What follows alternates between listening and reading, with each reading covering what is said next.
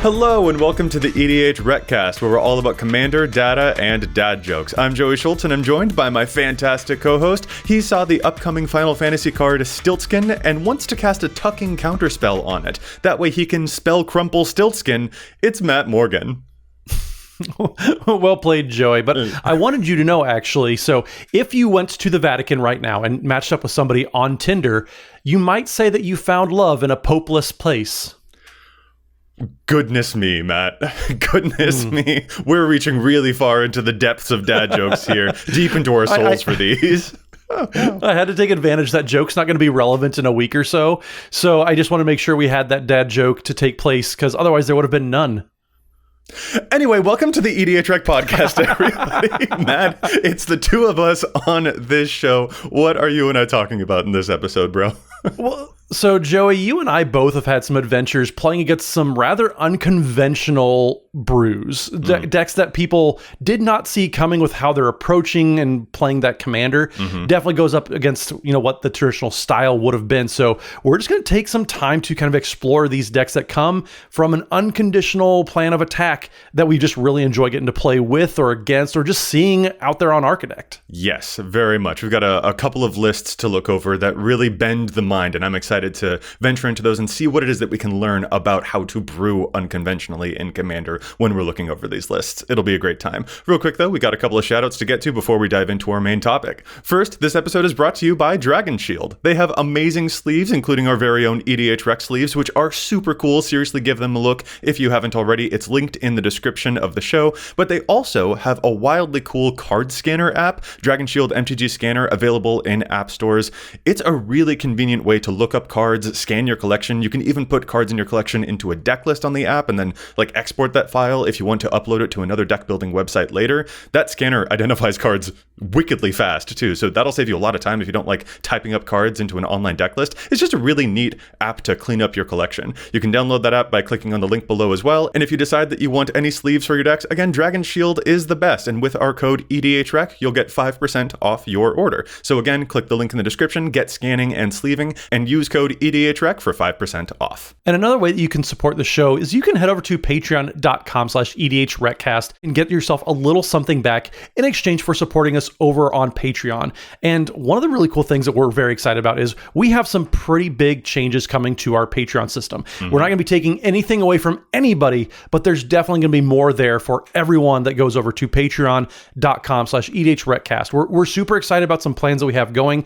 So you are going to want to make sure you head over to patreon.com/EDHRECast, because we have some really cool things lined up coming here in the near future. And we want to give this week's very special shout out to Josh Stuthers, who is a famous member of the Stuthers Brothers. So thank you so much for bringing all of those Stuthers jokes to the world. Joshua, it's so great to have you, a fellow comedian, over at patreon.com/EDHRECast. Now, Matt, I'm going to have to ask you both to stop joking around, otherwise I'll have to tell your mothers. For sure. Okie doke, Matt, let's get into our show here. We're talking about unconventional brews. And to clarify, we're not talking about that the commander itself is unusual. There are a lot of, pretty unpopular commanders out there. You can look through EDHREC and find decks that only, this legend only has 100 decks to its name or whatever. Rather, we kind of want to talk about decks where the way that it was built is pretty unusual. It is interesting that Dana's not here for this episode. I think you and I both had this instinct of hey, we know that Dana's the hipster brewer among us. While he's gone, though, can we figure out what his whole deal is? That's kind of the vibe that I picked up when we were putting this episode together. Yeah, we just wanted to make sure that we had some time. We wanted to get words in, because if we did this topic with Dana around, he would just get to gush, and we wouldn't get a word in. So we had to make sure that we took advantage while Dana's taking a week off to get this episode out there, because there's some really, really cool things that we've been getting to play against lately. We've been seeing out there on the internet, and it's really, really fun just to see how people can take a commander, and everybody knows what it typically will do if you take a first glance at it. But taking that next step, and how can I twist this a little bit maybe and come up with something a little more creative, that's always something super fun that I love getting to look at. Yeah, very much agreed. If Dana was here, it'd be looking up the answers in the back of the textbook. That wouldn't be fair. But there's a lot to explore here, and especially for folks who are a little bit newer to that idea or who are not necessarily as comfortable with it, I do kind of want to explore the weird emotions of encountering stuff that is a little bit off kilter. And what it is that sometimes prevents us as brewers from wanting to fully commit to that. And maybe by having a couple of concrete examples that can maybe help us figure out what it is that makes us actually want to engage with some of those unconventional things. Yeah, for sure. It's always a lot of fun, especially when we go to Magic Cons. I know there's Magic Con Las Vegas coming up that we'll be at. Getting to go to all of these events and just seeing what other people do in the wild. It's one of my favorite parts about going to Magic Cons, because we get to interface with so many different people, get to play so many games, and a lot of times against these really, really cool brews. And so I'm glad that we get to, have these in our orbit. The first two decks that we're going to talk about are friends of ours that have just taken things off the normal plane that they tend to exist on. And so getting to see those in our real life and then getting to see those again at Magic Cons, there's always just so much room for just having fun in this format. And that's truly why we play Commander. Yeah, very much. I mean, heck, I was on a Shuffle Up and Play episode where the whole conceit was more or less, let's all play something that's kind of off the wall. I went with a Rule Zero deck, and Prof and Jacob Bertrand had really cool decks in that episode too, but I think the standout was probably Quinn's 5-color mono-black Assassins deck, which is led by Ezio, and it is a 5-color deck, but it only had swamps in it, and the only way the Assassins could be cast was through the free-running ability of the Commander. Yeah, and that episode and Quinn's deck list, along with all the deck lists that we're going to talk about in this episode, are of course linked in the description. But yeah, like you said, Matt, these novel concepts are really fun to encounter in the wild. You were talking about running into them at conventions. I really like Rachel Weeks' adage of what decks to bring to a convention, where she says something old, something new, something aggro, something blue. But I am personally also kind of willing to replace one of those categories with something that makes the table go, ooh, you know? Ooh. I think maybe my Commander deck falls into that category as an example. Yeah. Well, and like before we even get to any deck lists, Matt, I kind of want to figure out some groundwork. What is our personal history with building things in an unconventional way? I think folks might be familiar with, like, at one point in time, I tried a Shorakai Azorius Reanimator list, for instance, or I've talked about building a Rakdos Goad deck that was a Super Friends deck, a Planeswalkers deck, and goading was preventing people from hitting my Planeswalkers. I don't have those decks anymore, even though I did enjoy brewing them and I played them for a short time. So, like, this is something I've dabbled in but never committed fully to. Where are you at with this stuff, though? Because I want to examine sort of just our initial impressions about the idea before we get to some more concrete examples that we're seeing out there in the wild. Yeah, so I definitely love the idea of getting to do something a little more off the beaten path. I think the closest, depending on who you ask, that I've ever gotten to in doing this for myself is my Raga Draga deck, which you look at the typical EDHREC list that are showing up there, all the top played cards. It's a bunch of Mana Dorks, it's a bunch of Llanowar elves and all those types of cards. It's like elves. Here's an elf. Lots of elves. Crater Hoof. Stuff like that, which is a great way to do it. That's a great way to build it. Yeah. But I took it in a different direction, and I played it as the Eldrazi list that it is, mainly because I get to make all these really crappy cards that are commons and uncommons, and they make Eldrazi Scions and Spawns, which have a mana ability because you can sacrifice them for colored mana, and then Raga Draga buffs them up. So you get this army of 0/1s that suddenly become 2/3s, and suddenly those bad commons, uncommons aren't terrible anymore. Right. That's probably the closest that I've ever gotten to. I mean, it's my most viewed deck on Architect for a reason, because it's probably the most off the beaten path of what people traditionally are doing with that commander. Because Raga Draga is a lot of fun, but I feel like you look at it and you probably think it's pretty solved. And more importantly, you've kept that deck, whereas some of the experiments that I've tried, I think my hesitation comes down to, is this more of a meme than it is a dream? Which is kind of unfortunate. Sure. Because I like some of the ideas I've dabbled with, but I haven't liked them long enough to keep them in my permanent roster. So I'm glad that you found one that does stick in your permanent roster. It's taking that concept with just the slightest of a twist, just a slight nudge in a way that people might not initially anticipate, but that it doesn't deviate so far that you feel maybe, I don't know, too far in left field or out of your usual stomping grounds, maybe. It's definitely in my stomping grounds because I'm playing Gruul colors and stomping ground. No, I didn't mean that. Shockland in red and green. Nice job, Joey. You dad joked. Proud of you. But you are right though, Joey. Typically, I stay pretty well within my comfort zone. The way that I just like to build decks in general. Well, and as I mentioned, I've tried stuff like Azorius Reanimator. I've tried Peer and Toothy, but make it Super Friends instead of +1 counters or blink strategies. My first stab at a Rakdos Goad deck was also a Planeswalkers deck. I've even looked at Nezzy Voltron, giving away the auras that stay on Nezzy to draw cards and deal commander damage that way. And you know what? Some of those lists were actually really good. The meme was a dream, but I still eventually took those decks apart, even though they were good, because I mean, like, being frank about it, I think the novelty wore off.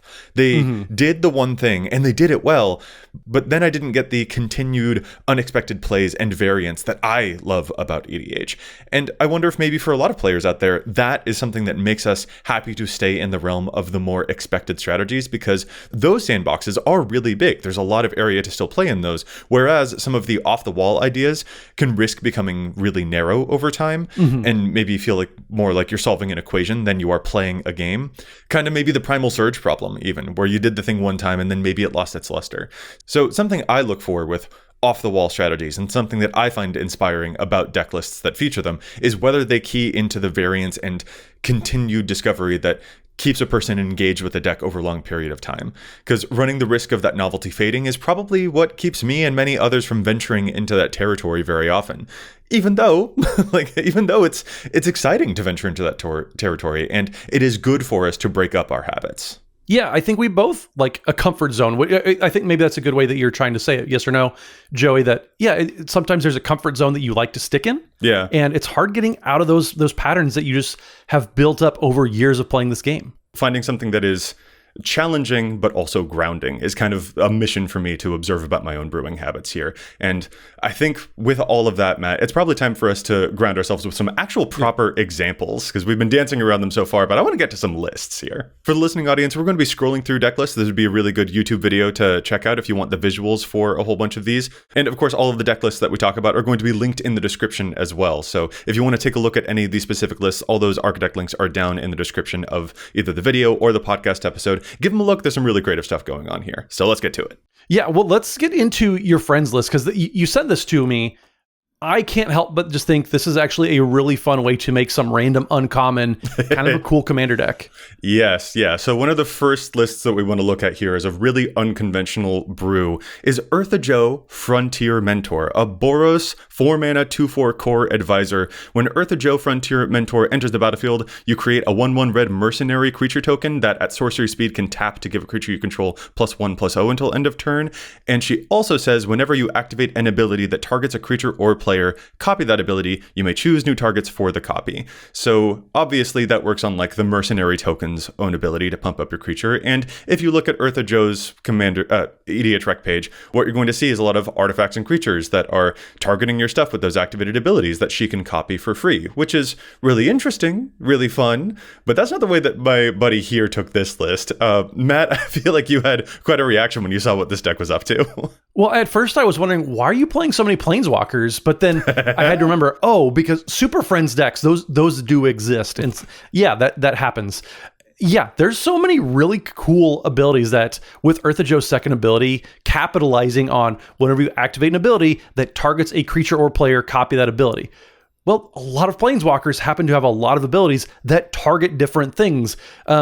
Maybe in red and white, they're maybe a little kind of shoehorned into one specific direction, but you still have a ton of options there. Very, very much. Did some math, and there are 73 red and white planeswalkers in the game, and 62 of them have abilities that target a creature or player that you can activate from their base starting loyalty. And 18 of them are showing up in this deck. So that's right, this is Boros Super Friends, but not doing some of the other stuff that you've seen with, like, I don't know, Kadric Super Friends is something that some people will sometimes put together. I don't know, when you think Super Friends, you're usually going to think of like Atraxa colors and such like that. But here we've got one that is taking it in a very different way to capitalize, as you said, on those activated abilities. I'll minus a Chandra and deal damage to target creature, and for free my commander will copy it and deal damage to that other target creature. And I'll just be able to do a whole bunch of pretty gnarly stuff to keep my planeswalkers protected in that way, because I'm copying so many of those abilities. When you land a Karn Liberated, for instance, I mean, cool, I'll exile 2 permanents. Don't mind if I do. Well, and even beyond just having all these just awesome planeswalkers that you can double down on all these abilities, you're finding a whole bunch of cards that maybe kind of underwhelm in Commander formats. Mishra's Bauble, well, nobody ever really plays that in Commander because it doesn't do a whole lot. But in Commander, it's 0 mana to look at 2 players' libraries and draw 2 cards on next upkeep, because Ertha Joe gets to double those things because you're looking at the top of target player's library. So even Mishra's Bauble, a Dana card to the maximum degree, gets to like come out looking kind of worth it here in this type of deck. It's a lot of fun just when you look at some of these abilities, because I'm sure folks would look at Ertha Joe. They think, okay, well, it's making mercenaries. It's pumping up all these different creatures that you have, and that's what they dial in on.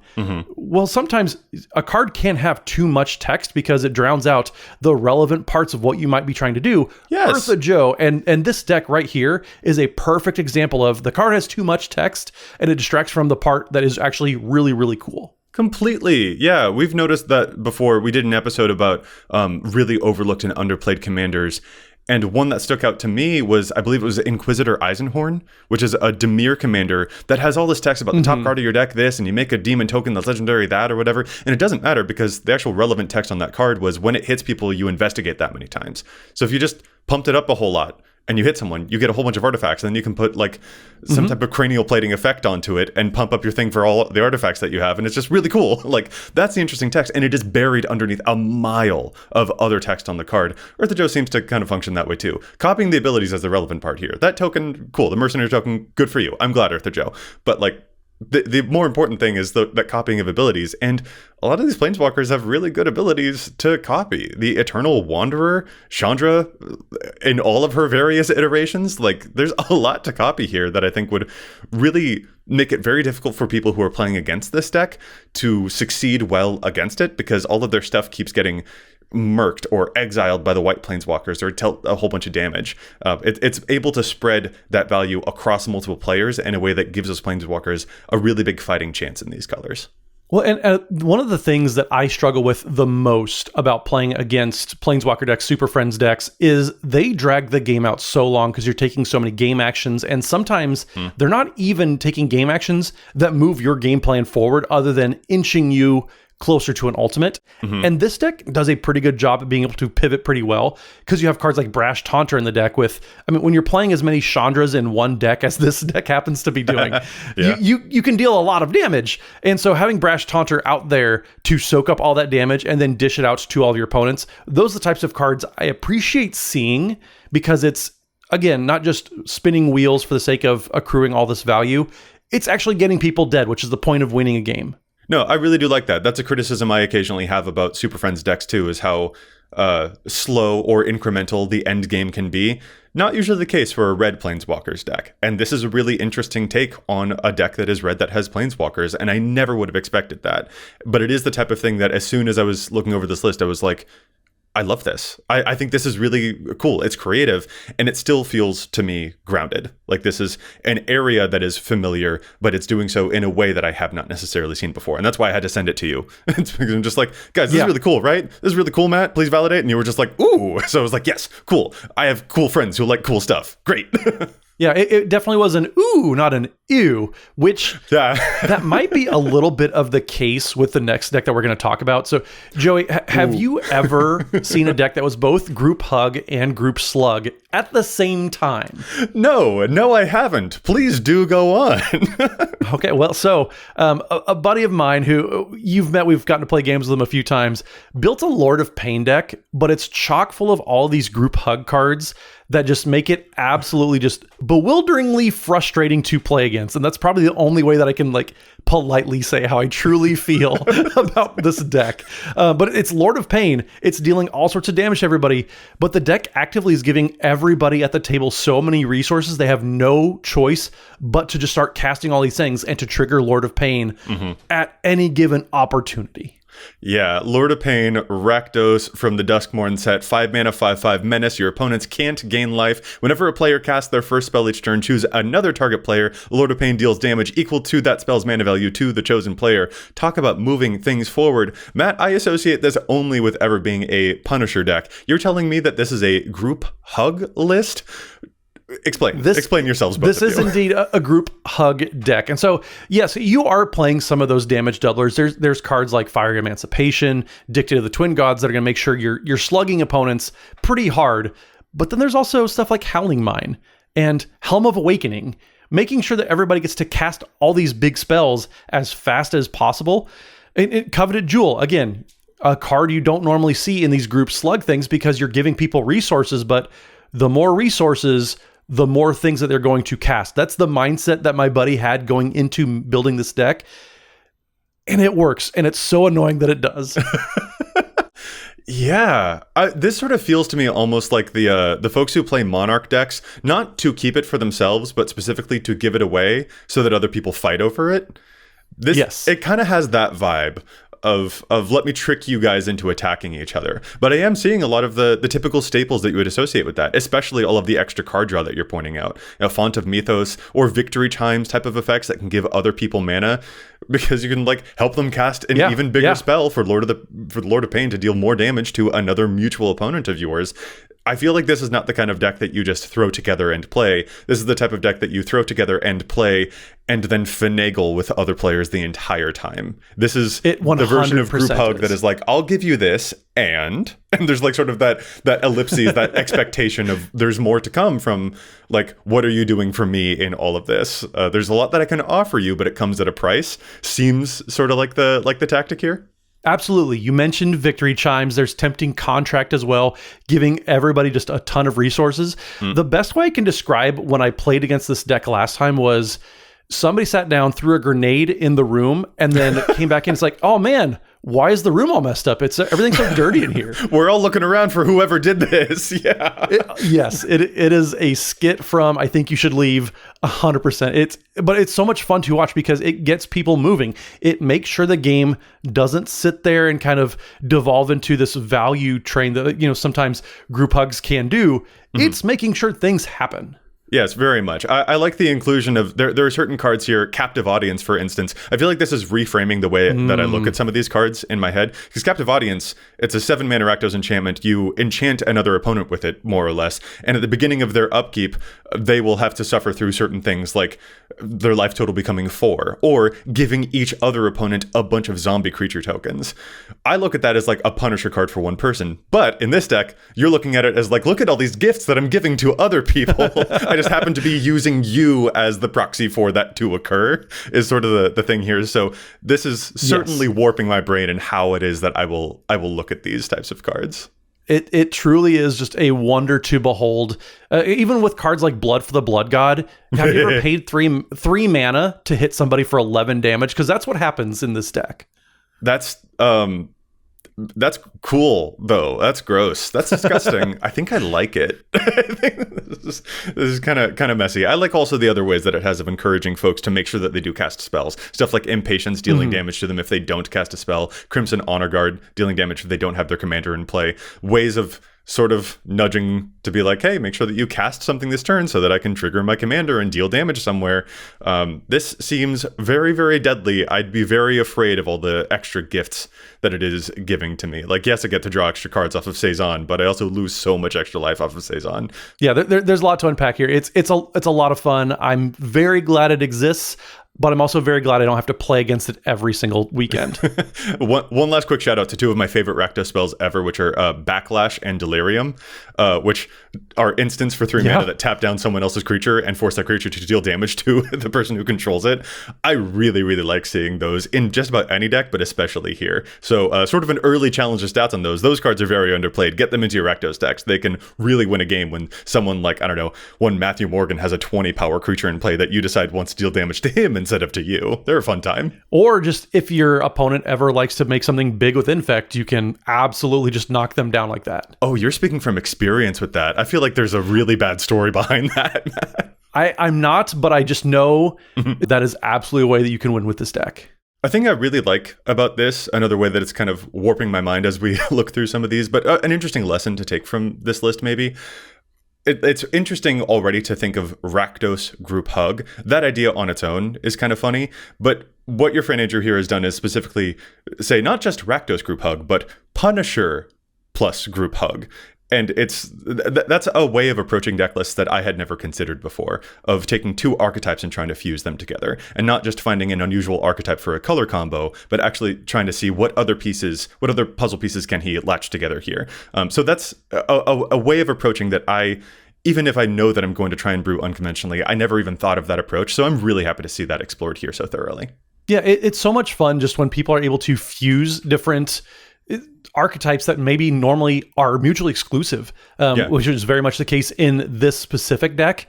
But there's always sometimes, I know I struggle with this a lot, where I try to do too many different things in a given deck when I really just need to focus on one or two. Same. This deck just does it beautifully where, yeah, nothing's really taking away from the group slug because the Lord of Pain, it's in your command zone. There's enough brutalizer type of cards in there.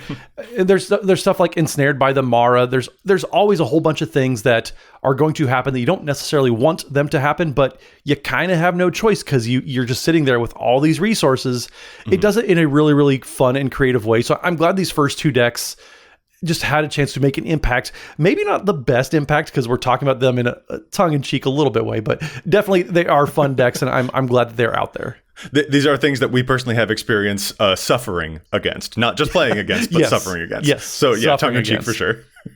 Yes, tongue-in-cheek, 100%. Well, Matt, that was an early challenge of stats, kind of a bonus, but how about we get to proper challenge the stats now? After all, there's a lot of data on EDHREC, but we don't always agree with it. So do you want to talk about some other under or maybe overplayed cards? Yeah, let's get into some official challenge of stats. Not early, but official. There we go. Cool. So Joey, I'm going to get us started this week with the challenge. And so mine is from a patron of ours who submitted in our patron Discord, which you can also join, patreon.com/EDHRECast.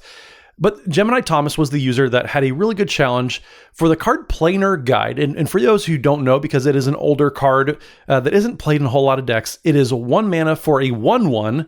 Off to a really good start there. But it has the ability, 3 and a white, and remove Planar Guide from the game to remove all creatures from the game. And at the beginning of the next end step, you return these cards to the battlefield under their owner's control. So it's a way to mass flicker everything that's going on. So Gemini Thomas said, I have a super interesting potential card for challenge stats with Planar Guide being played in less than 2,000 decks total. I've used it as a fog, a token eliminator, a tool to knock +1/+1 counters off of all these creatures, and then a valuable self-blink mechanism. I think it's a great option for Ketramos the New Dawn, or even classic Brago King Eternal decks to blink their whole board at once. It's an old card, and so it's really easy to overlook, and it's a 1-drop, so it always has some amount of agency during games. And Gemini Thomas, I 100% agree. Cards like Ketramos, where you're going to want to flicker all sorts of things going on at once. So you're actually going to get 2 triggers on Ketramos 2, because part of the activation for Planar Guide is to exile it. Puts it into exile, you draw a card off Ketramos, then it flickers everything, and Ketramos gets to see everything leave, he gets to come back in, and so you're going to get to draw 2 cards, lose 2 life off of Ketramos. And Brago, we don't need to give Brago players any more ideas. They've been doing the value train for years. They're just fine without challenges. But Ketramos players, I think we can give them a little bit of love because it's a newer card. But you're right. As of right now, this is in less than 1,400 decks. So Planar Guide, definitely an older card. It's less than $1. Give it a shot if you want a way to, again, like Gemini Thomas pointed out, flicker a bunch of tokens, get rid of all of those. This is a really versatile thing. Has a lot of different applications, so make sure you give this a look if you need something to fill that role. Very, very nice. For my challenge to stats, I'm going to shout out a local friend here in Seattle. Again, this is my buddy Max, who demonstrated a really cool interaction in his Balin the Haymaker deck. Balin is the 3-mana 4/3 Naya Rabbit Warrior, who is currently rank 45 out of all commanders. Balin has over 15,000 decks built. This is a hugely, hugely popular commander. And Balin has this ability where it can tap your tokens for various stuff, like tap 2 untapped tokens you control to get 1 mana of any color, tap 3 tokens to draw a card, tap 4 tokens to give Balin a pretty substantial buff for the turn as well. Oh, sorry, no, they are +1 counters on Balin and Trample. Good for you, Balin. Permanent buff. Max had a really clever card in his Balin deck, and that is the card Smoke Spirit's Aid, which you may remember from the Neon Dynasty set. It only shows up in 179 of the 15,000 Balin decks out there right now. This is an X and a red sorcery that targets X creatures and puts aura tokens onto them, which are like little smoke enchantments that will deal 1 damage to the control of the enchanted creature when the enchanted creature dies, and then it gives you a treasure for that effect happening as well. This is the really cool thing here with how it synergizes with Balin. Even though you are most certainly going to enchant other people's creatures with those annoying little smoke aura tokens, they are still your tokens. They are tokens that you control, and Balin can tap any type of token for those abilities to get mana or draw cards or get buff. And best of all, even if those creatures with the tokens on them die, the smoke tokens also leave behind a treasure token for you afterwards. So this spell can buy you 2 rounds of usable tokens for Balin to tap around and to mess with, which I just think is really, really cool. Again, this is only in 179 out of 15,000 Balin decks out there, so a big thanks to my friend Max for this one. This is a really cool challenge, and if you want an underrated card for your Naya Tokens Rabbit, this is, I think, a really, really cool one. Yeah, absolutely good challenge over there. And if you want to get any of these cards we've talked about for Challenge of Stats, or any of these cards that we're talking about in these decks today, there's a lot of wild decks, a lot of wild cards that we're talking about. You can head over to cardsphere.com/EDHRECast and pick these cards up for yourself. CardSphere is the best trading platform. It's a way to maximize your value, both sending and receiving cards. You're able to join that community. It's just great watching everything happen in the Discord community, everything going on, the leaderboard as far as how many people have been trading over on CardSphere. There's a lot going on there. So if you haven't checked it out before, head to cardsphere.com/EDHRECast and join today. All right, Matt, getting back into our main topic here, talking about unconventional brews and sort of exploring a couple of those. Another list that also I find very inspiring actually comes to us from friends of the show over at the Legendary Creature podcast. That's Andy and Kyle, and they have a really terrific show if you want to go check that out. But Andy's got an amazing mono blue Voltron list that is helmed by Nezahal Primal Tide. And never in my life did I ever think that I would hear Nezahal Voltron as a deck concept. Like, if I were to ever encounter a Nezahal deck, I would expect it to be a very particular, like, maybe good stuff blue value engine, but I wouldn't anticipate Voltron. Like, the mission is commander damage. So I'd love to explore this one next, because this has been sort of a signature deck of Andy's for a long time, and he's got a lot of experience playing it and wrecking face with it as well. So this is, I guess, like, I'm inspired by it because this is like proof of concept. Like, this isn't just like a meme kind of thing. It works, and it was kind of the terror of the playgroup over there. And we've got the list on screen here. What do you make of mono blue Nezahal Voltron? Well, the first reaction is, yes, a 7-mana Voltron commander. How very 2014 of you. That's just my initial reaction. Yeah. But when you look at the deck, though, it looks like it should work just fine, though. There's 14 pieces of ramp, which immediately is, okay, that's an appropriate amount of ramp when your commander is 7 mana and relies on being on the battlefield in order to operate and, really function properly. But then you look at the things that are actually making it a Voltron deck, and it's obviously not a ton of really expensive, really high value type of equipments, but there's really kind of just ingenious things that are getting tagged on there. Dragon Wings is an enchantment that gives the targeted creature flying, but also when a creature with converted mana cost 6 or more comes into play, you may return Dragon Wings from your graveyard to play, enchanting that creature. So every time you activate Nezahal's ability where you flicker Nezahal, Dragon Wings is going to come back. So it'll fall off, yes, but it comes right back. And it's just such a nice way to incorporate that. Hero's Blade is a card that does a similar type of thing, yes, where whenever this legendary creature comes on the battlefield, Hero's Blade goes onto it. So that way, even though you are swinging slowly with this 7/7 Elder Dinosaur whale, I thought it was a whale for so long. It turns out it's just an Elder Dinosaur. But I do like this deck, though. It's a fun way to kind of jump back in time where 7-mana Voltron commanders were a thing, also in mono blue. That's just it. I would have looked at Nezahal and the words Voltron and just like, it blinks itself to protect itself, which means you'd have to reattach so many things. But there are cards that let you just reattach for free, like those that you just mentioned. And there are other cards like Candlekeep Sage that will reward you for activating that ability, which makes this an extremely difficult commander to remove, which is, let's be frank, exactly what you want from your Voltron decks. You want it to be able to dodge a board wipe and pinpoint removal. And I just can't believe how amazingly well set up this is to become the menace that it truly is, and providing you a whole bunch of card advantage the entire way through. Like, this Nezahal will kill you in 2 hits, and it will be very difficult for you to answer it in any meaningful way, because if you think you're going to get rid of it, nope, it's just not there anymore. It'll come back, and then it's still going to be powered up, and it will get you next turn, especially with all of the incidental ways of it to get evasion and flying and stuff like that. I'm very impressed at how annoying this is, but also how annoying it can be while still pushing the game plan forward and making sure that it is clocking people out of the game at a consistent pace. But there's also just so many cards in here. Like Dana's fingerprints are all over this deck, and he's not even here to talk about it. Yes, you have his favorite game changers. You have Ancient Tomb, you have Fierce Guardianship, stuff like that. But you also have Not of This World, which is a card I very rarely see outside of a Dana Roach special. There's just so much just interesting things that they're very well thought out card choices here too. You have cards like Frozen Ether, you have cards like Pendril Mist that are going to slow down just long enough for you to get the 7 mana commander on board. Again, did I mention this commander is 7 mana and it's a Voltron commander? Making this work just fundamentally is such a just wild adventure because you don't get to do that very often anymore with how cards are designed in 2025. Mm-hmm. I want to shout out Commander's Plate too, which like I know it's not news to anybody that Commander's Plate is like a really good equipment for a Voltron deck, but it feels especially sinister in a monocolor deck here. And getting protection from every color that isn't blue is just seems like it comes in real handy. It comes in real handy, Andy. I can see how you've had success with this deck. Even though, I guess here's the other lesson for me here is that I would hear the words Nezzy Voltron and I would assume this has got to be just like sort of a meme, right? There's no way this actually works.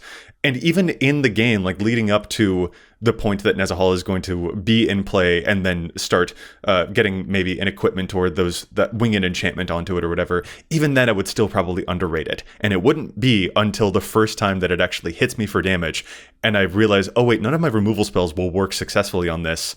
That is when it would finally hit me that, oh, how much danger I truly am in with this deck.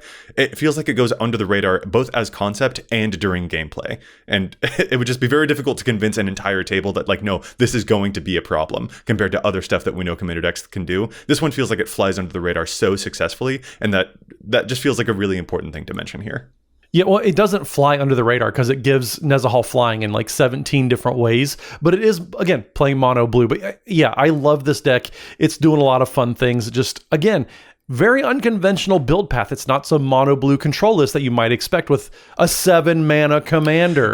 It's doing something else that's, fun. And again, moving the game forward. That's something that is probably a recurring theme on all these decks that we're talking about is it's doing something weird, but it still is actually, has a game plan.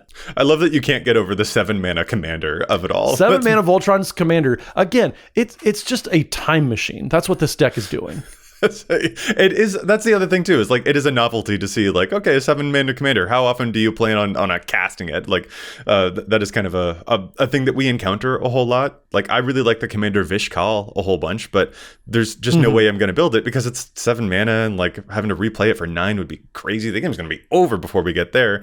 But here with this list, there's a way for the commander to only ever have to be cast once because it's so impossible to permanently get rid of. And that's just all of these qualities, it turns out, are exactly the groundwork or the foundation that you would want for a Voltron style. You just maybe wouldn't have realized it because when would you ever go into exploring this area to find the mission of Voltron? But man, does it pay off. So Andy, thank you for sharing this list with everyone. Again, everybody, links for all these decks will be in the description. Check out the Legendary Creature podcast too if you'd like. Those will all be linked in the description, and I really recommend taking a look at this one because it is quite a surprise, and I again think that would go under the radar even when I am playing against it. I feel like I'd still not entirely know just how screwed I actually am during a game against this thing, but I think I would indeed be very, very screwed. So Joey, I know that we talked about mono blue Voltron, just very outside that wheelhouse. What about, you play Golgari a lot, correct? Yeah. Yes, no? Okay. Oh, of course. Have you ever considered building... That's my comfort zone. Yeah, okay. Well, have you ever considered building a Golgari ETB flicker type of deck? That seems in your comfort zone, right? I like maybe Blink stuff, but how would you do it in Golgari? ? Question mark.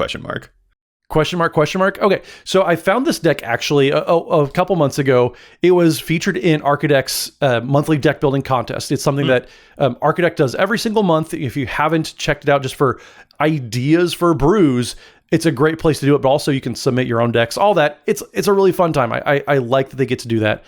But this Glissa the Trader deck. So Glissa the Trader right away, it's one of Dana's favorite commanders. Whatever creature an opponent controls dies, you may return target artifact from your graveyard to your hand.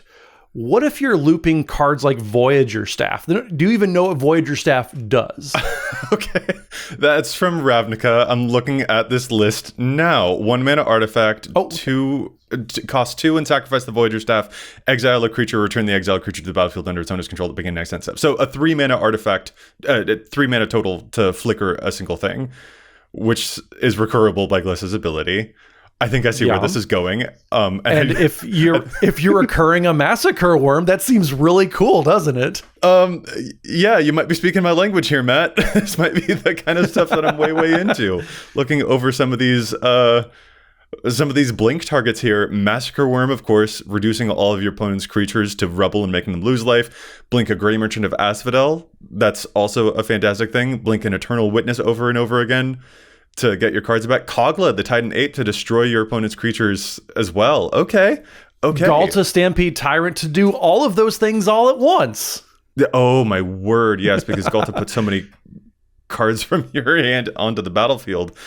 And especially with some of these, that synergy's gnarly, because the Voyager Staff blinks the thing. Massacre Worm or Kogla will presumably kill one of your opponent's creatures, which immediately gets you the Voyager Staff back to your hand to blink these things all over again.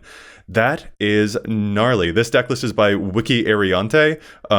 Well done. This is a great conceit for a deck list. I'm a little bit afraid, but look how clever this is. Yeah, it's super cool. There's all sorts of ways. You do have to get pretty deep into the sauce in order to find enough ways to flicker all of your stuff. You're playing some probably not great cards like Cold Storage.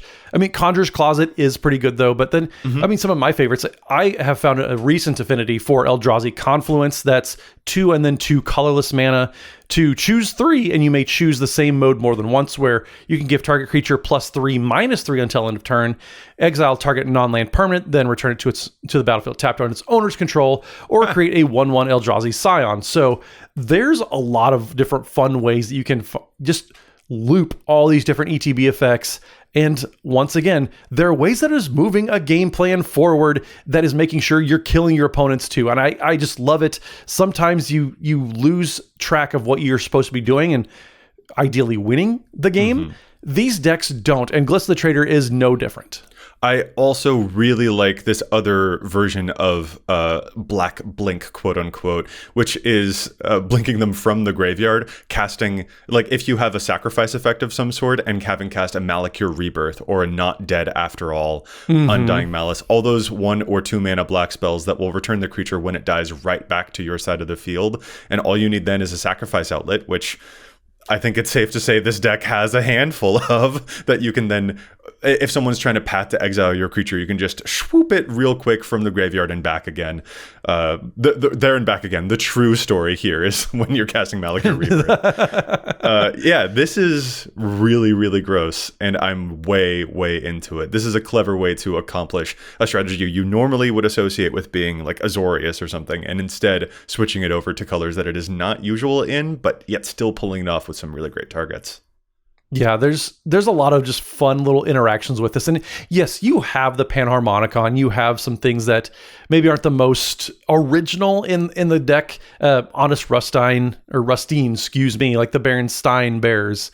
But these very well thought out card choices. There's even stuff like Golden Argosy that I don't remember the last time that I've seen a Golden Argosy on the battlefield, but it makes so much sense here. It fits perfectly with what it's trying to do. You can crew all these things, then flicker all the things that crewed the Golden Argosy. But yeah, there's a lot of fun stuff in this deck. The more that I look through this, the more I'm just like, okay, that is really cool. Okay, that is really cool too. Oh, and I like this a lot too. I love just digging through this deck. I'm still noticing just a bunch of different things, like a way to have Voyager Staff just loop itself all sorts of times over by looping Noxious Gearhulk, looping Ravenous Chupacabra. There's a lot of fun things in here that I really like digging into. Yeah, the Druid of Purification as well. I'm really glad that one got a reprint recently. That's a fantastic blink target in any Bant blink decks out there, where you can destroy something from each player if people want to choose various stuff that, not that you control, but you can destroy artifacts and enchantments for other people. And that's really fun the first time you see it, and then they blink it and they'll keep doing it. And then you're like, maybe I don't want to destroy all these stuff that people have, because I think I've discovered the new menace, and we might all need to now work together against this person who's doing this crazy lock on all of us. Yeah, again, it comes to the cleverness, but this doesn't feel like a thing that is clever at the expense of practicality. And that's what No, I keep absolutely coming not. back to when I'm looking through all of these lists, is like, I have silly ideas, the little wisps of ideas that go through my head all the time that I think would be really interesting to explore. I've considered, for instance, that Omo, the Simic land commander that gives everything counters to creatures and puts them onto lands as well, and then they have all land types. I was trying to see, can I put a deck list together for that doesn't put those counters on my own stuff, but onto my opponent's stuff and make use of it that way? How would that look? And I found like 10 cards for the list, and that's it. Like it's a cool idea, but I couldn't necessarily get it off the ground exactly. And so that one was, again, more meme than dream compared to the list that we've been looking at today, Matt, where I'm just like, these work. This is doing stuff that I can transparently see would be very deadly in game. The value is here. The end game strategy is in place. This is mapped out and explored, and it's not leaving anything. The homework has been finished here, I guess. Like, this is the kind of thing that, like, from base principles has been examined from tip to tail. And I'm just really happy to see the end result of it here, because I do find these inspiring, not just as like an idea, but as a properly fleshed out idea that clearly actually works. And not just actually works, but it's, again, the intentionality behind it. We love talking about that just on this channel in general. Just because you can't play all of the top played cards in that given theme because you're in colors that don't really support it anymore. But yeah, you can find all of these things, just do a little bit of homework. I feel like Dana would just be so proud of all of these decks that we've talked about today, because they're doing the homework. Like you said, they're making sure they're digging in, finding things that are going to enable it that maybe just it's outside the comfort zone a little bit, maybe even for the colors that are being played or for the typical strategy that the commander would be steering you towards. But it's getting the job done and being a fun deck in the process. Well, and here's a thing too, we're talking about Dana while he's not here. And again, this is an episode where you and I wanted to explore our own relationship to this. And a thing that I guess I don't keep in my head as much as I should, because I look at a lot of Dana's lists or even a lot of these lists, and what I am seeing is the final product. What I'm not necessarily seeing is the length of the runway that it took to get to where this deck has finally arrived. And even Dana will cop to the fact that sometimes he sits on a deck idea for like a year before he finally commits to actually making it. And so one of the things that I'm considering about my own brewing habits here in relation to these deck lists that we've looked over, or this just the idea of unconventional brews in the first place, is it does kind of come down to that I want that immediate gratification. I want to have the idea fully crystallized as I'm thinking about it. And when I can't find that final version very quickly, I find myself frustrated because I'm so used to finding the stuff very easily in my other methods of brewing when I'm exploring a space that I know is, again, kind of that comfort zone. I find the gratification there, or I sort of know my game plan there, and it doesn't take, a year to sit on an idea or something like that. Compared to here, I'm seeing an end result, and I think maybe I'm a little bit jealous of that. But what I'm not seeing is how much work actually went into this, how much experience led this person to these particular destinations. And that's a better thing for me to keep in mind, so that maybe when I actually take more stabs at unconventional brews myself, I give them the time that they actually need to properly percolate and then finally be crystallized at the end of that runway. But I need to take into account how much work really went into these moments. Yeah, well, and sometimes too, deck ideas can come pretty quick and easy. Sometimes they can be a struggle. My most unique, I guess, deck that we talked about earlier, my Raga Draga deck, that actually came together pretty quick, which is kind of surprising for me because I'm very deliberate when I'm setting out to find ideas, especially when it's something that's a little more off the beaten path than you might otherwise associate with any given commander. So it really just depends on the brewer. Sometimes inspiration can be that shock of lightning, or sometimes it's that you have to chisel out of stone and it is pulling teeth, whatever metaphor you want to use. It can be a slog getting the right inspiration to do something like these decks are doing. And yeah, it's really fun just to see what other people can come up with, because I could never have come up with some of these decks no matter how hard I try. I think a lesson that I'm sort of taking away from this too is, like, even when you're describing those bolts of inspiration that happen, those are still built upon years of experience with the game still. When Dolly Parton writes 9 to 5 in like half an hour or whatever, that is still built upon a huge career and a lot of experience with music and understanding music in the way to be able to construct that, having that moment of intuition finally strike you. But it takes overnight success still takes years of setup is kind of the feeling that I'm coming away from all of these with. And I think that is just cleanly communicated by a whole lot of these lists now that I'm taking a proper examination of them. And I hope that that's something I can apply to my own brewing in the future as well, because brewing something in a way that makes people go, ooh, is something that I want to do more of. Those are moments that I want to have, but I want to make sure that I still do them in a way that honors what it is that I like about the game. And maybe all of my ventures haven't necessarily been successful in that regard so far, but that doesn't mean they never will be. Yeah, well, again, hopefully they're cards and their decks that make people go, ooh, not ew. Well, Matt, I know a way to make you go ooh is with that Rakdos group hug Punisher type of thing that I know you're just really looking forward to playing against again. I'm not really looking forward to playing against it, but I will play against it. It's no Turgid, I'll give it that. What would it take for there to be an ingenious, nothing. I know cool, what the question clever... is. Nothing. The answer is nothing, Joey. No, that's my mission now, is to find an unconventional way to build Turgid that you'll actually enjoy. Does it exist? Probably not, but I might as well explore it. It doesn't. You're shaking your head so vigorously right now. Preview of coming attractions, it doesn't. It doesn't have a way to be done in a fun, fanciful way in my mind. Well, Turgid aside, I hope that this has been an interesting exploration for our listeners and our viewers out there, because I do find a whole lot of these very inspiring, whether it is from friends of ours or friends of the show or the lists that we find online. There's so much creativity that people are expressing, and yet they're also still grounding it to something practical that can actually execute its plan in gameplay. And there's just a lot of expertise that is happening there too. So when we're searching for our own ideas or diagnosing our own habits of how it is that we brew decks, I hope that these can be some nice shakeups to kind of keep us awake and on our toes about other future stuff that might catch our interest and how we can flesh those things out too in the future. Yeah, absolutely, Joey. So you out there in listener land, if you have an interesting unconventional deck for yourself, we definitely want to see it, whether it's something you've brewed up for yourself or you've gotten to play against for yourself. Drop it in the YouTube comments. We definitely love seeing that. Send us an email, EDHRECast@gmail.com. There's all sorts of ways to do that, but we definitely want to see this because maybe we do a part 2 of this video sometime in the future too. So let us know. Send us those deck links. Drop a comment in YouTube. Yeah. And as well, if you have any tips about ways for an idea to not just be a meme, but for it to really live the dream too. I think there are a lot of folks who are interested in this type of brewing, and having any of those tips to share with people makes all of us better brewers. But yeah, with that, Matt, I think we're going to call this episode to a close. So if our listeners want to get in touch with us, where is it that they can find you online? So you can find me on pretty much any social media platform at Mathimus55. That's MATHIMUS55. And don't forget, we are proud to work together with Dragon Shield for all the best sleeves, all the best scanning apps. If you got to get yourself organized like I do, very disorganized with the card collection, just download their app. It's so great. It's so fantastic. You'll thank yourself in about 24 hours.